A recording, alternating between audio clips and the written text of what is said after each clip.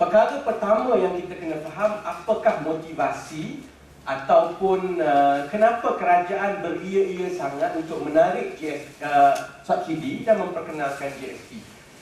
Sebab utama adalah tekanan dari segi masalah fiskal defisit yang kita hadapi.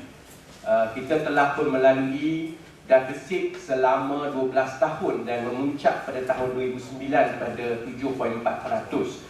Kalau tidak dikira dari segi pendapatan petroleum, sepatutnya defisit kita sudah sampai ke 17%. Di negara-negara lain, kalau kerajaan itu beroperasi dengan belanjawan defisit 17%, dia sudah pun ada masalah sovereign debt.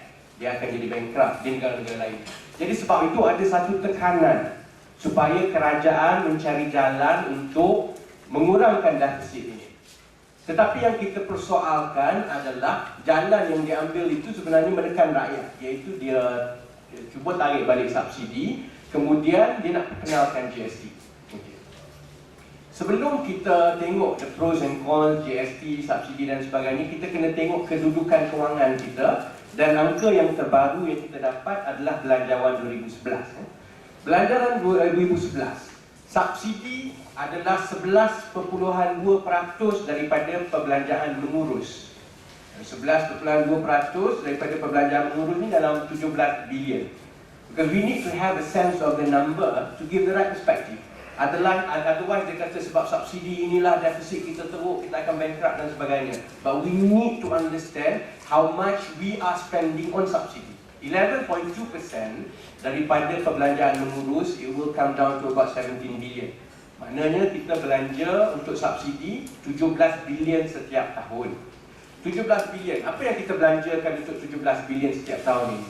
Yang terbesar adalah fuel, minyak. Minyak di pump station lebih kurang 10 bilion pada harga dalam $80 setong yang kita ada sekarang. Lebih kurang 4 bilion adalah subsidi untuk tol, dan 3 bilion lebih adalah untuk makanan. That constitute 17 bilion subsidi yang diwar-warkan akan membankruptkan negara ini. Okay.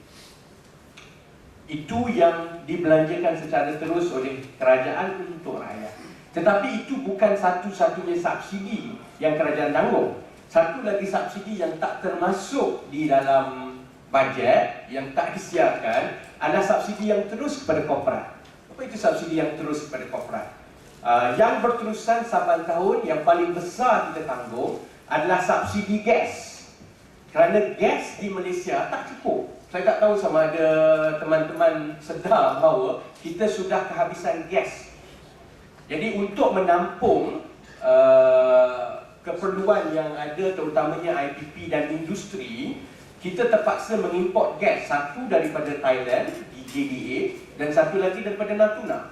Petronas terpaksa mengimport pada harga pasaran yang mahal, kemudian menjual kepada syarikat-syarikat korporat dan juga industrialis ini pada harga yang ditetapkan secara subsidi. Sebelum ini RM6.40 per MMBTU, which is so cheap, that is not even 25% of the market price. Paling kurang sekarang dia dah naik ke RM14.32. Yang itu pun saya rasa masih lagi 50% subsidi. Yang ini akibat daripada kita beri subsidi yang tak masuk dalam akaun disatukan kerajaan ini, dibayar terus oleh Petronas ini, jumlahnya hampir 22 bilion setiap tahun. Jadi pertama, bila kita nak bincang cerita subsidi, kita kena tengok, put the numbers in perspective.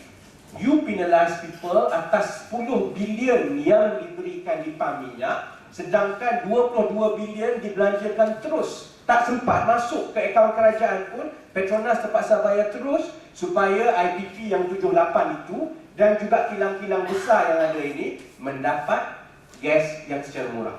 22 bilion berbanding dengan 10 bilion. Jadi atas dasar itu pun subsidi rakyat ditarik, subsidi korporat ditambah. Itu tidak lagi termasuk dengan pelbagai perbelanjaan kerajaan dari segi bailout. Terbaru kita dengar Bakun melibatkan perbelanjaan 8 bilion.